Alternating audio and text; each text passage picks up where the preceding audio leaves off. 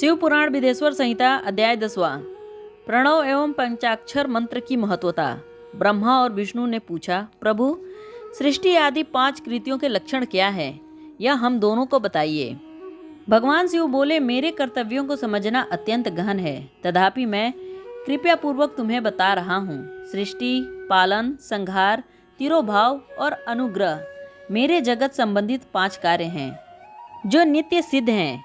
संसार की रचना का आरंभ सृष्टि कहलाता है।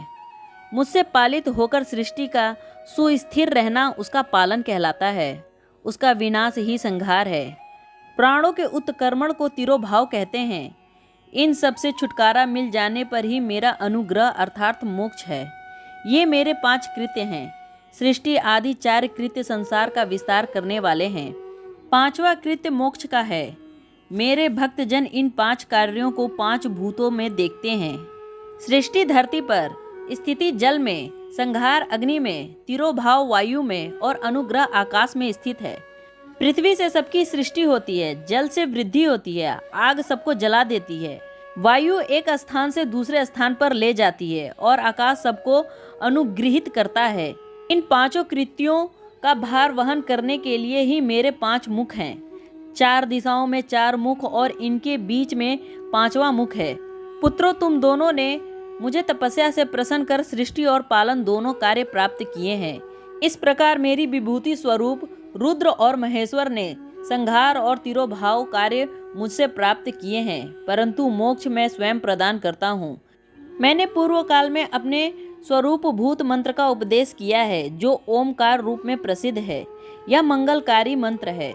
सर्वप्रथम मेरे मुख से ओमकार प्रकट हुआ, जो मेरे स्वरूप का बोध कराता है।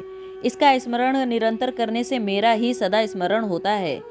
मेरे उत्तरवर्ती मुख से आकार का, पश्चिम मुख से उकार का, दक्षिण मुख से मकार का, पूर्ववर्ती मुख से बिंदु तथा मध्यवर्ती मुख से नाद का प्रकटीकरण हुआ है।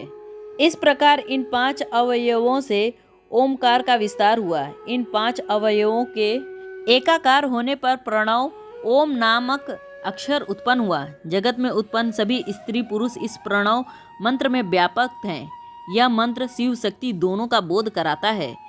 इसी से पंचाक्षर मंत्र ओम नमः शिवाय की उत्पत्ति हुई।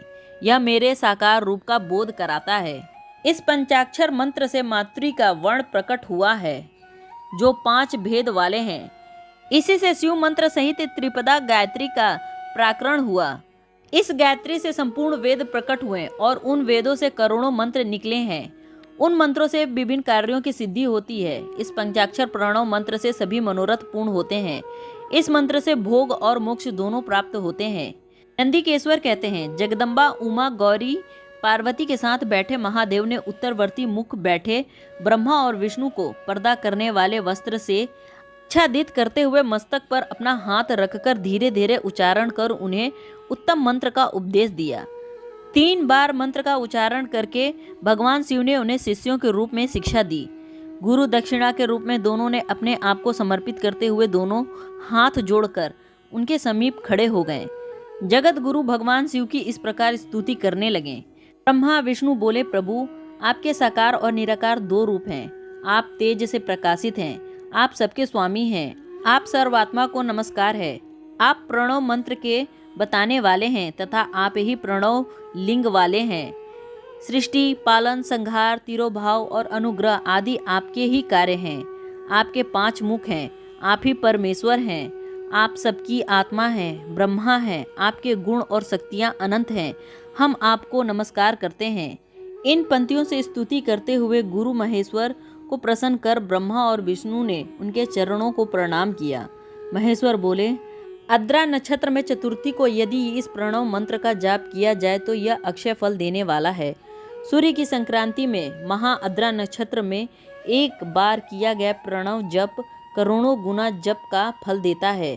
मृगशिरा नक्षत्र का अंतिम भाग तथा पुनर्सु का शुरू का भाग पूजा, होम और तर्पण के लिए सदा आद्रा के समान ही है। मेरे लिंग का दर्शन प्रातःकाल अर्थात मध्याह्न से पूर्व काल में करना चाहिए। मेरे दर्शन पूजन के लिए चतुर्थी तिथि उत्तम है। पूजा करने वाले के लिए मेरी मूर्ति या लिंग दोनों समान है। फिर भी मूर्ति की अपेक्षा लिंग का स्थान ऊंचा है, इसलिए मनुष्यों को शिवलिंग का ही पूजन करना चाहिए। लिंग का ओम मंत्र से और मूर्ति का पंचाक्षर मंत्र से पूजन करना चाहिए।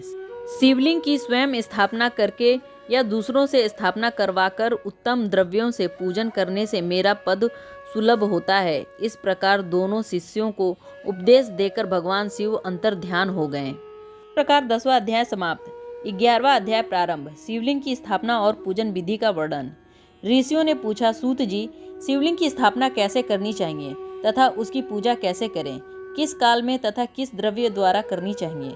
सूत जी ने कहा, महर्षियों, मैं तुम लोगों के लिए इस विषय का वर्णन करता हूँ, इसे ध्यान से सुनो और समझो। अनुकूल एवं शुभ समय में किसी पवित्र तीर्थ में नदी के तट पर ऐसी जगह पर शिवलिंग की स्थापना करनी चाहिए जहाँ रोज पूजन कर सकें। पार्थिव द्रव्य से, जलमय द्रव्य से अथवा तेजस द्रव्य से पूजन करने से उपासक को पूजन का पूरा फल प्राप्त होता है। शुभ लक्षणों में पूजा करने पर यह तुरंत फल देने वाला है। चल प्रतिष्ठा के लिए छोटा शिवलिंग श्रेष्ठ माना जाता है। अचल प्रतिष्ठा हेतु बड़ा शिवलिंग अच्छा रहता है। शिवलिंग की पीठ सहित स्थापना करनी चाहिए। शिवलिंग की पीठ गोल, चकोर, त्रिकोण अथवा खाट के पाए की भांति ऊपर नीचे मोटा और बीच में पतला होना चाहिए। ऐसा लिंग पीठ महान फल देने वाला होता है। पहले मिट्टी अथवा लोहे से शिवलिंग का निर्माण करना चाहिए। जिस द्रव्य से लिंग का निर्माण हो उसी से उसका पीठ बनवाना चाहिए। यही अचल प्रतिष्ठा वाले शिवलिंग की विशेषता है। चल प्रतिष्ठा वाले शिवलिंग में लिंग व प्रतिष्ठा एक ही तत्व से बनाई जाती है। लिंग की लंबाई स्थापना करने वाले मनुष्य के 12 अंगुल के बराबर होनी चाहिए। इससे कम होने पर फल भी कम प्राप्त होता है, परंतु 12 अंगुल से लंबाई अधिक भी हो सकती है। चल लिंग में लंबाई स्थापना करने वाले के 1 अंगुल के बराबर होनी चाहिए, उससे कम नहीं। यजमान को चाहिए कि पहले वह शिल्प शास्त्र के अनुसार देवालय बनवाए तथा उसमें सभी देवगणों की मूर्ति स्थापित करे। देवालय का गर्भगृह सुंदर, सुदृढ़ और स्वच्छ होना चाहिए। उसमें पूर्व और पश्चिम में 2 मुख्य द्वार हो। जहाँ शिवलिंग की स्थापना करनी हो उस स्थान के गर्त में नीलम, लाल, वैदुर्य, श्याम, मरकत, मोती, मूंगा, गोमेद और हीरा, इन 9 रत्नों को वैदिक मंत्रों के साथ छोड़ें। 5 वैदिक मंत्रों द्वारा 5 स्थानों से पूजन करके अग्नि में आहुति दें। परिवार सहित मेरी पूजा करके आचार्य को धन से तथा भाई बंधुओं को मन चाही वस्तु से संतुष्ट करें। याचकों को सुवर्ण, गृह एवं भू संपत्ति तथा गाय आदि प्रदान करें। यथावर जनगम सभी जीवों को यत्न पूर्वक संतुष्ट कर एक गड्ढे में सुवर्ण तथा 9 प्रकार के रत्न भरकर वैदिक मंत्रों द्वारा उच्चारण करके परम कल्याणकारी महादेव जी का ध्यान करें। तत्पश्चात नाद घोष से युक्त महामंत्र ओमकार का उच्चारण करके गड्ढे में पीठ युक्त शिवलिंग की स्थापना करें। वहाँ परम सुंदर मूर्ति की भी स्थापना करनी चाहिए तथा भूमि संस्कार की विधि से जिस प्रकार शिवलिंग के लिए की गई है उसी प्रकार मूर्ति की प्रतिष्ठा भी करनी चाहिए। मूर्ति की स्थापना अर्थात प्रतिष्ठा पंचाक्षर मंत्र से करनी चाहिए। मूर्ति को बाहर से भी लिया जा सकता है, परंतु वह साधु पुरुषों द्वारा पूजित हो। इस प्रकार शिवलिंग व मूर्ति द्वारा की गई महादेव जी की पूजा शिव पद प्रदान करने वाली है।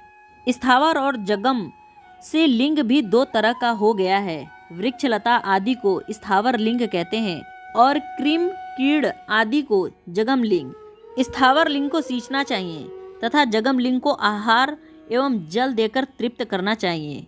यूं चराचर जीवों को भगवान शंकर का प्रतीक मानकर उनका पूजन करना चाहिए। इस तरह महालिंग की स्थापना करके विविध उपचारों द्वारा उसका रोज पूजन करके तथा देवालय के पास ध्वजारोहण करें। शिवलिंग साक्षात शिव का पद प्रदान करने वाला है।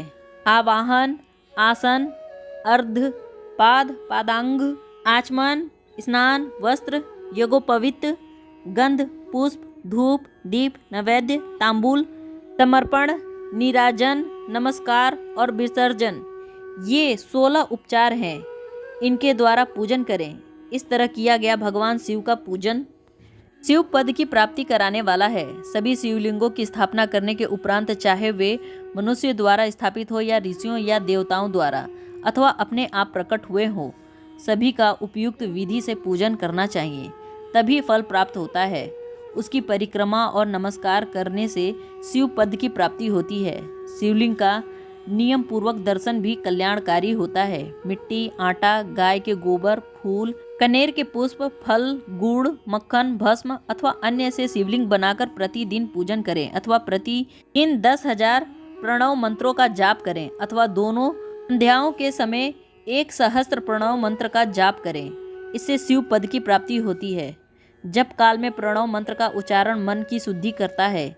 नाद और बिंदु से युक्त ओमकार को कुछ विद्वान समान प्रणव कहते हैं। प्रतिदिन 10,000 पंचाक्षर मंत्र का जाप अथवा दोनों संध्या काल को 1 सहस्त्र मंत्र का जाप शिव पद की प्राप्ति कराने वाला है। सभी ब्राह्मणों के लिए प्रणव से युक्त पंचाक्षर मंत्र अति फलदायक है। कलश से किया गया स्नान, मंत्र की दीक्षा, मातृकाओं का न्यास, सत्य से पवित्र अंतःकरण, ब्राह्मणों तथा ज्ञानी गुरु सभी को उत्तम माना गया है। पंचाक्षर मंत्र का 5 करोड़ जाप करने से मनुष्य भगवान शिव के समान हो जाता है। 1, 2, 3 अथवा 4 करोड़ जाप करके मनुष्य क्रमशः ब्रह्मा, विष्णु, रुद्र तथा महेश का पद प्राप्त कर लेता है। यदि 1000 दिनों तक प्रतिदिन 1 सहस्त्र जाप पंचाक्षर मंत्र का किया जाए तो प्रतिदिन ब्राह्मण को भोजन कराया जाए तो इससे अभीष्ट कार्य की सिद्धि होती है।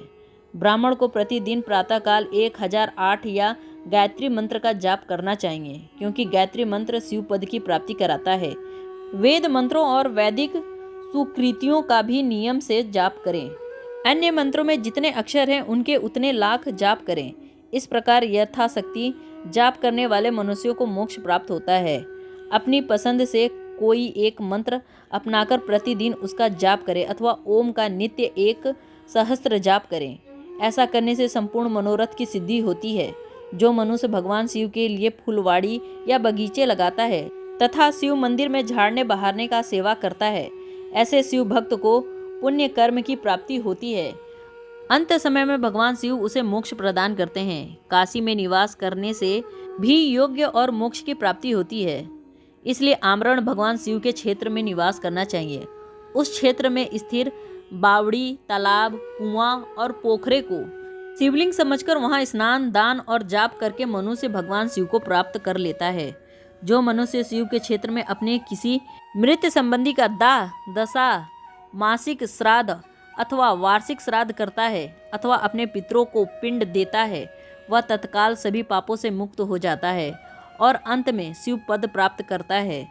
लोक में अपने वर्ण के अनुसार आचरण करने व सदाचार का पालन करने से शिव पद की प्राप्ति होती है। निष्काम भाव से किया गया कार्य अभिष्ट फल देने वाला एवं शिव पद प्रदान करने वाला होता है। दिन के प्रातः, मध्य और संध्या 3 भाग होते हैं। इनमें सभी को एक एक प्रकार के कर्म का प्रतिपादन करना चाहिए। प्रातःकाल रोजाना दैनिक शास्त्र कर्म, मध्या में सकाम कर्म तथा संध्या काल में शांति कर्म के लिए पूजन करना चाहिए। इसी प्रकार रात्रि में 4 पहर होते ही उनमें से बीच के 2 पहर निशीथ काल कहलाते हैं। इसी काल में पूजन करनी चाहिए, क्योंकि यह पूजा अभिष्ट फल देने वाली होती है। कलयुग में कर्म द्वारा ही फल की सिद्धि होगी। इस प्रकार विधि पूर्वक और समयानुसार भगवान शिव का पूजन करने वाले मनुष्यों को अपने कर्मों का पूरा फल मिलता है। ऋषि ने कहा, सूत जी, ऐसे पुण्य क्षेत्र कौन कौन से हैं जिसका आश्रय लेकर सभी स्त्री पुरुष शिव पद को प्राप्त कर लें? कृपया कर हमें बताइए। इस प्रकार 11वां अध्याय समाप्त। शिव पुराण के और अध्याय दूसरे वीडियो में है। ऐसी और जानकारी के लिए वीडियो को लाइक करें, शेयर करें, कमेंट करें और चैनल को सब्सक्राइब करना ना भूलें। धन्यवाद।